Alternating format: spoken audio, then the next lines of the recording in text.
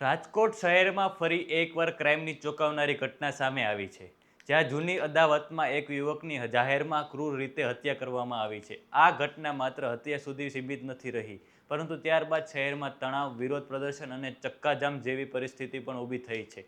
દલિત સમાજમાં ભારે આક્રોશ જોવા મળી રહ્યો છે અને સમગ્ર મામલે હવે સામાજિક તેમજ કાનૂની બંને રીતે ગંભીર બન્યો છે. આવો વિગતે વાત કરીએ આ અહેવાલમાં. નમસ્કાર, હું ઉત્સવ ડાયાણી. આપ જોઈ રહ્યા છો સોમન. રાજકોટ શહેરના 150 રિંગ રોડ પર ડ્રીમ સિટી નજીક ભાવેશ વાણવી નામના યુવક પર કેટલાક વ્યક્તિઓએ જીવલેણ હુમલો કર્યો હતો. 4 થી 6 જેટલા વ્યક્તિઓએ લાકડી, પાઇપ, કુહાડી અને અન્ય હથિયારો વડે ભાવેશ પર હુમલો કર્યો હતો.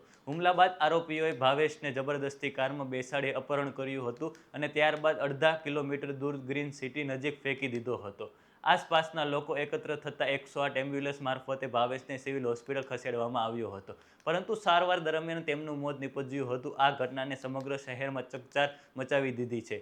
પ્રાથમિક તપાસ મુજબ આ હુમલો જૂના મન દુઃખના કારણે થયો હોવાનું સામે આવ્યું છે. આ મામલે પોલીસ દ્વારા મુખ્ય આરોપી હમીર જોગરાણા સહિત 4 થી 5 શખ્સો સામે ગુનો નોંધી કાર્યવાહી શરૂ કરવામાં આવી છે, જેમાં આર્મ્સ એક્ટ હેઠળ પણ ગુનો દાખલ કરવામાં આવ્યો છે.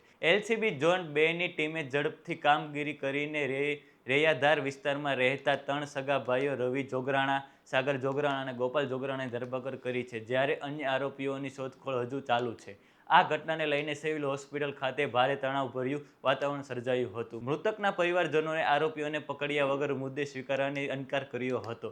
દલિત સમાજના આગેવાનોને અને યુવાનો મોટી સંખ્યામાં હોસ્પિટલ પહોંચ્યા હતા, ધરણા શરૂ કર્યા હતા. એટલું જ નહીં, સિવિલ હોસ્પિટલ ચોકમાં મૃતદેહ રાખીને ચક્કાજામ કરવામાં આવ્યો હતો અને આરોપીઓને ઝડપથી પકડવાની માંગ ઉઠાવવામાં આવી હતી. વિરોધ દરમિયાન ટોળાએ રસ્તાઓ બંધ કરી દીધા હતા અને રાત્રિના 12 વાગ્યા સુધી આરોપીઓ પકડાયા નહીં તો મૃતદેહ ગાંધીનગર લઈ જવાની ચીમકી પણ આપવામાં આવી હતી.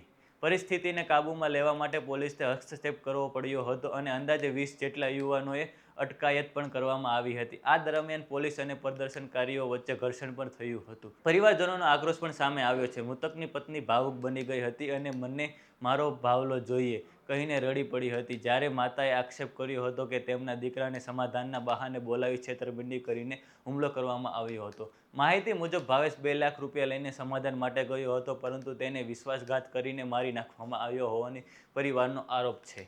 પોલીસ સૂત્રો અનુસાર ભાવેશ અને આરોપી હમીર જોગરાણા વચ્ચે અગાઉથી જ વિવાદ ચાલતો હતો, ખાસ કરીને રસના સિસોડાના મુદ્દે કોર્પોરેશનમાં કરવામાં આવેલી અરજી બાદ બંને વચ્ચે મનદુખ વધ્યું હતું. આ જ જૂની અદાવતને આ હત્યાનું કારણ બની હોવાનું પ્રાથમિક તપાસમાં સામે આવ્યું છે. Police technical surveillance, CCTV footage અને હ્યુમન ઇન્ટેલિજન્સના આધારે તપાસ શરૂ કરી છે. ડીસીપી ઝોન 2ના રાકેશ દેસાઈએ જણાવ્યું છે કે આરોપીઓને ઝડપથી પકડવા માટે વિવિધ ટીમો કામ કરી રહી છે અને કેસની ઊંડાણપૂર્વક તપાસ ચાલી રહી છે. આ સમગ્ર ઘટનાએ દલિત સમાજમાં ભારે આક્રોશ ઊભો કર્યો છે. સમાજના આગેવાનો દ્વારા ન્યાયની માંગ સાથે કલેક્ટરને આવેદનપત્ર આપવામાં આવ્યું છે. હવે સવાલ એ છે કે શું આરોપીઓને કડક સજા મળશે અને શું આવી ઘટનાઓને અટકાવવા માટે તંત્ર વધુ કડક પગલાં લેશે? આ સમગ્ર મામલે તમારું શું મંતવ્ય છે, અમને કમેન્ટ કરીને જરૂરથી જણાવજો. અને આવા જ વિશ્લેષણાત્મક સમાચાર માટે સોમાની ચેનલ લાઇક, શેર અને સબસ્ક્રાઇબ કરવાનું ભૂલતા નહીં. નમસ્કાર.